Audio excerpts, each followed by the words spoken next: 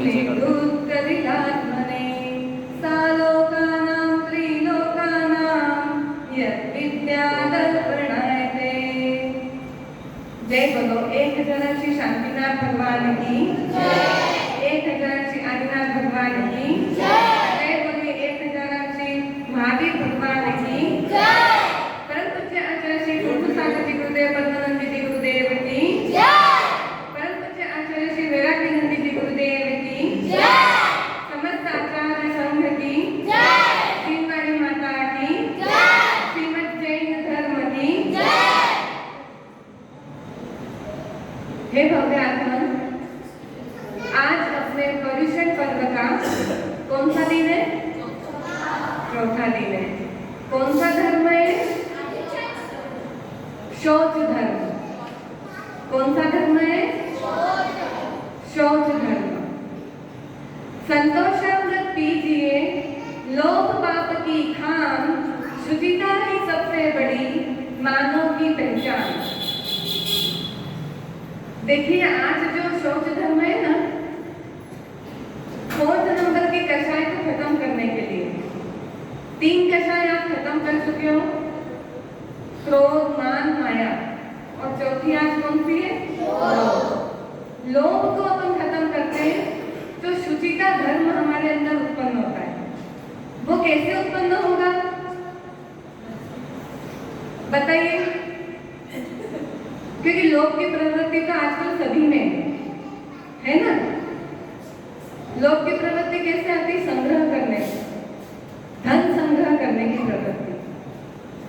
वो प्रवृत्ति हर इंसान में, उसी को खत्म करना शौच धर्म कहलाता है। हमारे आचार्यों ने, हमारे तीर्थंकरों ने इस शुचिता धर्म को ग्रहण किया और अपनी आत्मा का कल्याण किया। उन्होंने अपने आत्म स्वरूप को जागृत किया, लोभ को त्यागा, शौच धर्म शुचिता को अपनाया, उसी का विपरीत अशुचि अपनाया। और अशुचि का अभिप्राय ही लोभ से लिया गया है। किससे लिया गया है? देखिए धन संग्रह करने की प्रवृत्ति तो हर इंसान में, हर कोई चाहता है कि हमारे पास धन हो, हम उसका संग्रह करें, लेकिन कितना संग्रह किया जाए? जितनी हमारी आवश्यकता है, आवश्यकता से ज्यादा अपन धन संग्रह करते तो लोभ प्रवृत्ति में आ जाता है। आचार्य पूज्यपाद स्वामी ने सर्वार्थ सिद्धि में लिखा है, प्रकाश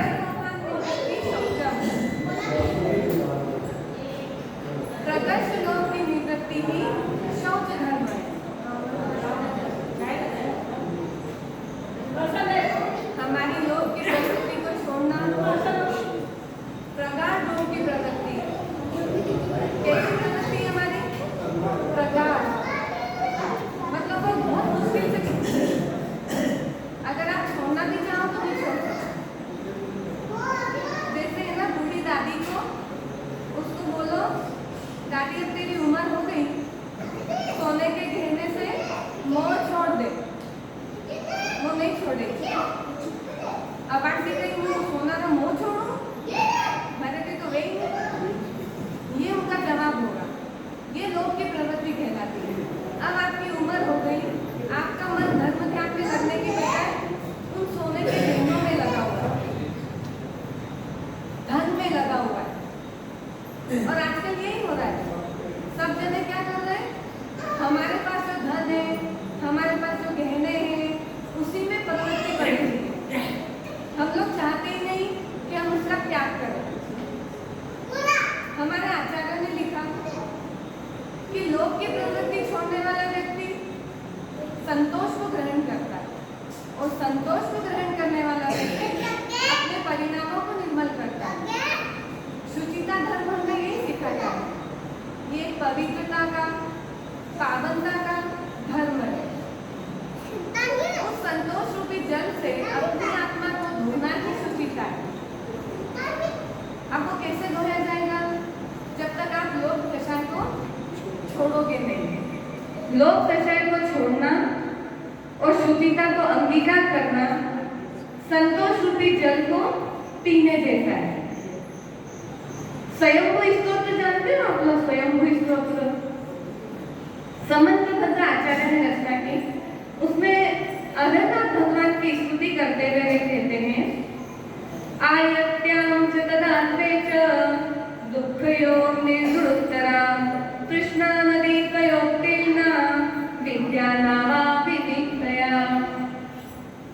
समंत भद्र आचार्य जिनेन्द्र भगवान की भक्ति करते समय लिख रहे हैं कि हे भगवान, आपने इहलोक और परलोक में दुख को उत्पन्न करने वाले उन कारणों को छोड़ा जो जिनसे हम पार नहीं पा सकते।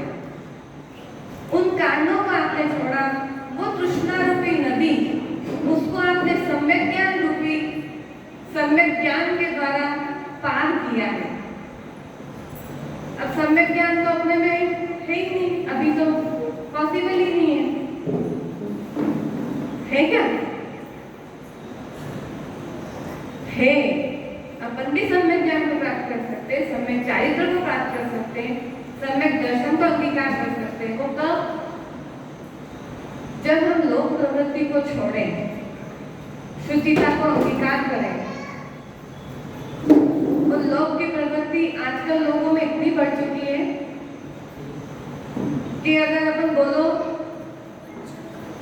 कि आप थोड़ा सा त्याग कर दो, छोड़ दो, नहीं, हमसे नहीं होता, हम नहीं करेंगे। शौच धर्म हमें ये सिखाता है कि हम अपने आप को सरल परिणामी बनावे, हमारे आत्मा पर लोभ के जो पाप के छींटे लगे हुए उसको संतोष रूपी जल के द्वारा धोवे। बच्चों को देखना, बच्चों में प्रवृत्ति नहीं पाई जाती, बाल मन है, वो इन सब चीजों से दूर है। उसे ये मालूम ही नहीं है कि मुझे इसका संग्रह करके रखना है, तो उसकी प्रवृत्ति इतनी बढ़ी हुई नहीं है। धीरे धीरे वो जवान होगा, आगे बढ़ेगा, तो उसमें ये प्रवृत्ति अंकुरित होने लगती है। न आपने अंकुरित की, न किसी ने करवाई, ये स्वभाव से ही होती है अपने आप। जवानी आई, लोक की प्रवृत्ति बढ़ी, बुढ़ापा आया, पूर्णतः पक्की हो गई। जैसे कोई कलर अपने साड़ी से चिपक जाए, वो छूटता नहीं है, वैसे ही यह प्रवृत्ति आत्मा से इस तरह से चिपट जाती है कि उसको कितने भी छुड़ाने की कोशिश करो, वो छूटती नहीं है। बुढ़ापे में भी व्यक्ति को वो धनी दिखता है, धर्म नहीं दिखता है। और ये तो आप प्रत्यक्ष में देखते भी होंगे, किसी भी बूढ़े आदमी को आप बोलना कि दादी अब त्याग करना चाहिए, तो ये बोलेंगे नहीं, मेरे से नहीं होता। जबकि आप 10 उपास कर लेते हो, तपस्या कर लेते हो, शक्ति सब में है, लेकिन उस शक्ति का प्रयोग अपन सही तरीके से नहीं कर पा रहे। बस आचार्य भगवान यही कह रहे हैं कि हे जीव, तेने जो प्रवृत्ति की, जो तेने अभी तक चार कषायों को अपने मन में धारा, उनको तू त्याग कर, क्योंकि कल सत्य धर्म आ जाएगा। और सत्य धर्म हमें कब आएगा? जब इन चारों कषायों को अपन फिर से छोड़ेंगे। क्योंकि जब तक हमने क्रोध, मान, माया, लोभ ये चारों बैठे हुए हैं, तब तक आप सत्य बोल ही नहीं सकते। कैसे बोलोगे? क्योंकि आपके क्रोध, मान, माया, लोभ बैठे हुए ना, हर तरफ से आप मायाचारी, लोभ प्रवृत्ति आप करोगे ही करोगे। ये शौच धर्म इसीलिए है कि इन चारों कषायों को छोड़कर सत्य, संयम, तप, त्याग आदि की ओर आगे बढ़े। जब तक हमारे अंदर संतोष रूपी जल नहीं होगा, वो अपनी तृष्णा रूपी अग्नि को क्या नहीं कर सकता? ठंडा नहीं कर सकता। चार कषाय होती है, कल दीदी ने आपको बताई थी। कौन कौन सी? संज्वलन, प्रत्याख्यान, अप्रत्याख्यान और अनंतानुबंधी। तो ये लोक में भी आती है। संज्वलन लोक, प्रत्याख्यान लोक, अप्रत्याख्यान लोक और अनंतानुबंधी लोक। संज्वलन जैसे आपके कपड़े पर हल्दी के छींटे लगे, सूखी हल्दी के, झड़ जाएगी। ऐसे ही लोग, संचलन लोग है, वो लोक प्रवृत्ति खत्म हो जाएगी। फिर आता है प्रत्याख्यान लोग। प्रत्याख्यान लोग में क्या होगा? अपने शरीर पर जो मेल है उसको उतारना, वो प्रत्याख्यान लोग के अंतर्गत आया। अप्रत्याख्यान लोग में डामर देखा है, सड़क पे डामर होता है, वो डामर अगर आपके कपड़े पर चिपका तो निकलेगा क्या? बस कोई अप्रत्याख्यान लोग है, उसको छुड़ा नहीं सकते। और अनंतानुबंधी लोग, जो चिपका तो चिपका, उसको तो आप हटा ही नहीं सकते। कपड़ा फट जाएगा लेकिन वो हटेगा नहीं। एक चिरमिरी करके कलर आता है, वो कलर अगर आपके कपड़े पर लगा है तो कपड़े पे से कलर हटता नहीं। आपका कपड़ा पूरा फट जाएगा लेकिन वो हटेगा नहीं। बस वही अनंतानुबंधी लोग है और ये अनंत भवों तक हमारे साथ में जाती है। आपको अगर इन लोगों से बचना है तो क्या करना पड़ेगा? लोभ को त्याग करना पड़ेगा। क्या करना पड़ेगा? लोभ को त्याग। एक यूनानी सम्राट हुआ है, बहुत अमीर था, सम्राट का भी हो गई, धन वैभव सब होगा उसके पास, पत्नी बच्ची छोटी सी सब परेशान हो उसका पूरा, लेकिन लोभी प्रवृत्ति का, इतना लोभी कि हर चीज उसको स्वर्ण की चाहिए। काय की चाहिए? स्वर्ण की। एक बार उसके घर पे देवदूत आया तो उसने कहा कि मुझे प्रत्येक वस्तु स्वर्ण की चाहिए, ऐसा आप मुझे वरदान दो। देवदूत ने कहा ठीक है, लेकिन तू सोच ले, तुझे हर वस्तु स्वर्ण में ही मिलेगी। तो बोलता है ठीक है, मुझे स्वर्ण चाहिए, आप वरदान दो। वो घर पे चला जाता है, उसकी छोटी सी बेटी उसके पास में आती है, उससे बात करती है और वो चली जाती है। उसके पहले वो सोचता है कि मैं एक बार मेरी चेयर को हाथ लगा के तो देख लूं। वो चेयर के ऊपर बैठता है, सोने की हो जाती है। टेबल के ऊपर हाथ रखता है, सोने क्या हो गया। घर की हर वस्तु जिस पे उसने हाथ रखा सब सोने का हो गया। उसकी बेटी वापस उसके पास में ही खेलते हुए, तो प्यार से उसने उसको अपनी गोदी में लिया तो वो भी सोने की हो गई, पुतले में परिवर्तित हो गई। उसे लगा ये क्या हो रहा है, लेकिन उसे तब तक भी ये लगा कि हर चीज मेरी सोने की हो गई, अभी भी उसको शांति नहीं मिली। फिर उसकी पत्नी जोर से चिल्लाते गई कि क्या कर रहे हो आप, हर चीज तो सोने का बना रहे हो। तो उसने पत्नी को भी हाथ लगा दिया, वो पत्नी भी स्वर्ण की हो गई। अब उसे लगा कि मेरा तो परिवार ही खत्म हो गया, बाहर गया तो बाहर सोना, अंदर गया तो हर एक जगह सोना, लेकिन मेरा परिवार नहीं बचा। वो परेशान हो गया। एक यंग एज का सम्राट जवान, उसकी स्थिति कैसे हो गई? बूढ़े व्यक्ति की तरह मरणासन्न हो गया वो। तब उसे एहसास हुआ कि नहीं, ये सोना मेरे काम का नहीं है, मेरा परिवार मेरे काम का है। क्योंकि पत्नी बच्ची सब स्वर्ण के हो गए, नौकर चाकर सब स्वर्ण के हो गए, कुछ बचा ही नहीं। पानी हाथ में ले गए तो सोने का, खाना खा गए तो सोने का। उसने देवदूत को आराधना करके वापस बुलाया और कहा कि मुझे धन नहीं चाहिए, तुम मुझे पहले जैसा कर दो और मेरी पत्नी और बच्ची को वापस लौटा दो। तो देवदूत ने कहा कि ये बात तू पहले समझ गया होता तो तेरी मृत्यु नहीं होती। तू मरणासन्न है और तेरी पत्नी बच्चे आगे क्या करेंगे। बस उसने जैसे ही वरदान दिया वो तो मृत्यु को प्राप्त हो गया, क्योंकि लोक प्रवृत्ति थी, उसको हर जगह स्वर्ण चाहिए था। 7-8 दिन तक आदमी को भोजन नहीं मिले तो भोजन के बिना रह सकता है? नहीं रह सकता है। जो आवश्यक वस्तु है वो तो उसे चाहिए ही चाहिए। बंधुओं, यही बात हमें ध्यान में रखनी है। आप लोग क्या सोचते हैं, अभी तो है उम्र पड़ी है, जब अपन कब कटेंगे? आजकल तो उम्र का भरोसा ही नहीं है। आपकी उम्र कब खत्म हो जाएगी मालूम है क्या आपको? सबको मालूम है अपनी अपनी उम्र कितनी है। वो मरणासन में था, अंत में जब उस देवदूत ने बोला कि ठीक है तुम्हारे पत्नी बच्चे तुम सब ठीक हो जाओगे, वो तो मर गया, लेकिन पति पत्नी जो पत्नी थे बच्चे थे वो सब बहुत दुखी हुए, परिवार बहुत दुखी हो गया। काय के कारण? लोभ के कारण। और इसके विपरीत अगर वो ये सोचता कि नहीं मेरे पास आज जो है मैं उसी में संतोष करता हूँ, तो क्या उसकी मृत्यु होती क्या? इसीलिए लोभ को त्यागना, अपने को क्या करना चाहिए? अंगीकार करना चाहिए या लोभ को त्यागना चाहिए?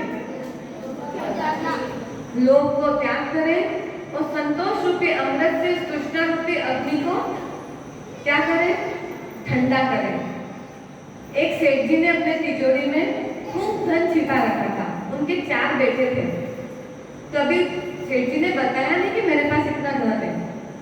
एक बार उन्होंने अपने घर के नौकर को बुलवाया और घर के पीछे जो जमीन थी उसमें घड़े में भर के वो छिपा दिया। चारों बच्चे बड़े थे। एक दिन उस नौकर के मुंह से निकल गया कि तुम्हारे पिताजी ने घर के पीछे धन गाड़ रखा है। बच्चे कुछ बोले नहीं, सुन के चले गए। अब पिताजी ने क्या किया? चारों बच्चों को परीक्षा लेने के लिए बाहर भेज दिया। उनकी परीक्षा ले ली, वो लोग आ गए। तब भी पिताजी के मुंह से नहीं निकला कि पीछे मैंने धन गाड़ रखा है। अचानक से वो बीमार हो गए। बीमार होने पर बच्चों ने आके पूछा कि आपने किसके नाम क्या क्या लिखा है? तो उन्होंने सब मना कर दिया कि मैंने किसी के नाम कुछ भी नहीं लिखा। बहुत लोभी प्रवृत्ति के थे वो। अब बच्चों ने सोचा कि ये कुछ बता नहीं रहे, बच्चे चले गए। लेकिन ये सब घर का नौकर देख रहा था। घर के नौकर को ये लगा कि ये तो मरना सब है, ये तो जाने वाले हैं, इनको क्यों नहीं बता रहे कि मैंने वहां धन काट रखा है। वो नौकर ने जाके उन बच्चों को बोल दिया कि तुम्हारे पिताजी ने वहां पर घर के पिछवाड़े में धन काट रखा है और इतने में इधर पिताजी की मृत्यु हो जाती है। बच्चे सोचते कि चलो पिताजी तो चले गए, अब वो सारा धन हमारा ही है, हम पीछे जाके देखते हैं। अब बताओ आप उनकी कितनी लोक प्रवृत्ति थी कि वो कुंडली बनाकर वहां पर बैठे थे। तो ऐसी कुंडली बना के आपको बैठना है क्या उस धन के ऊपर? न वो किसके काम आया और न वो बच्चों के काम आया, क्योंकि सांप को कौन हटा सकता है? हटा सकते हो क्या? और तो डर के मारे वैसे ही भर जाते हैं।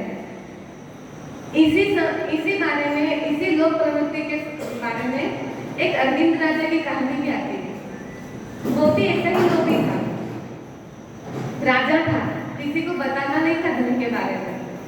मृत्यु हुई और सीधा धन के खजाने पे जाकर सांप बन गया। बहुत खूंखार सांप बना हो। और जब बच्चे वहां पे गए तो किसी को पास में नहीं आने देता था। क्यों? लोभ प्रवृत्ति थी, उसकी धन में प्रवृत्ति थी इतनी प्रगाढ़ कि सांप बन के कुंडली बना के वहां पर वो बैठा। ऐसी ही प्रवृत्ति अपनी है। अपन लोगों की भी ऐसी प्रवृत्ति। अपन धन को छोड़ना ही नहीं चाहते। धन है तो सब कुछ है। जितना धन छोड़ोगे उतना धन आपके पास आएगा, वरना जो धन है वो भी चला जाएगा। बच्चों को तो हम बड़ी शिक्षा देते हैं, लेकिन बड़े लोगों में तो ये शिक्षा रहती ही नहीं है।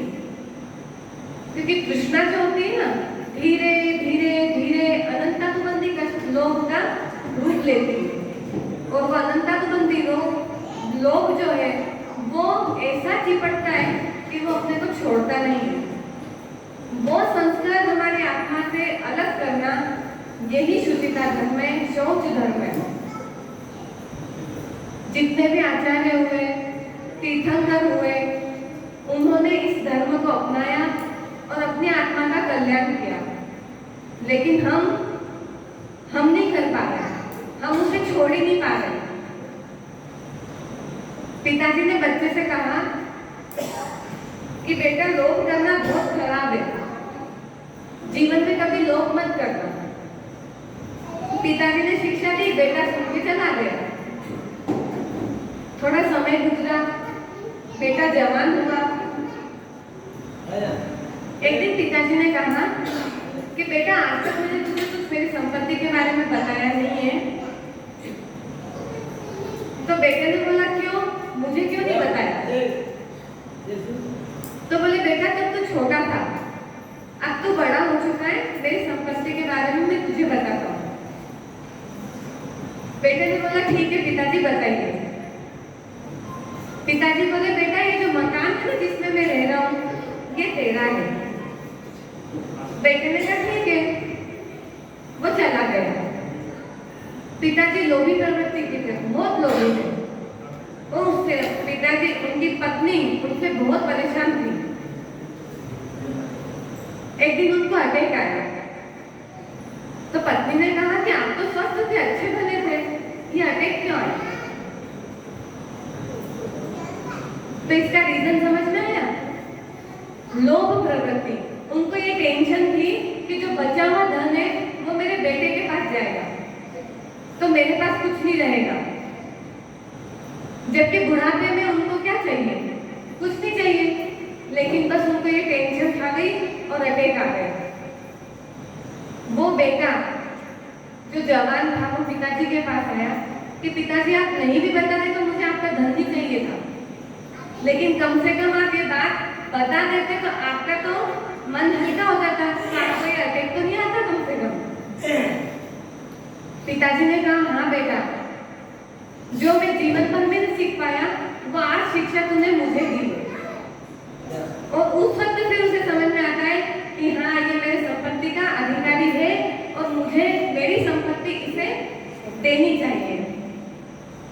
बंधुओं, बुढ़ापा आ गया, सब कुछ छोड़ने का समय आ गया, तब हमें इन सब चीजों से निवृत्ति पा लेना चाहिए।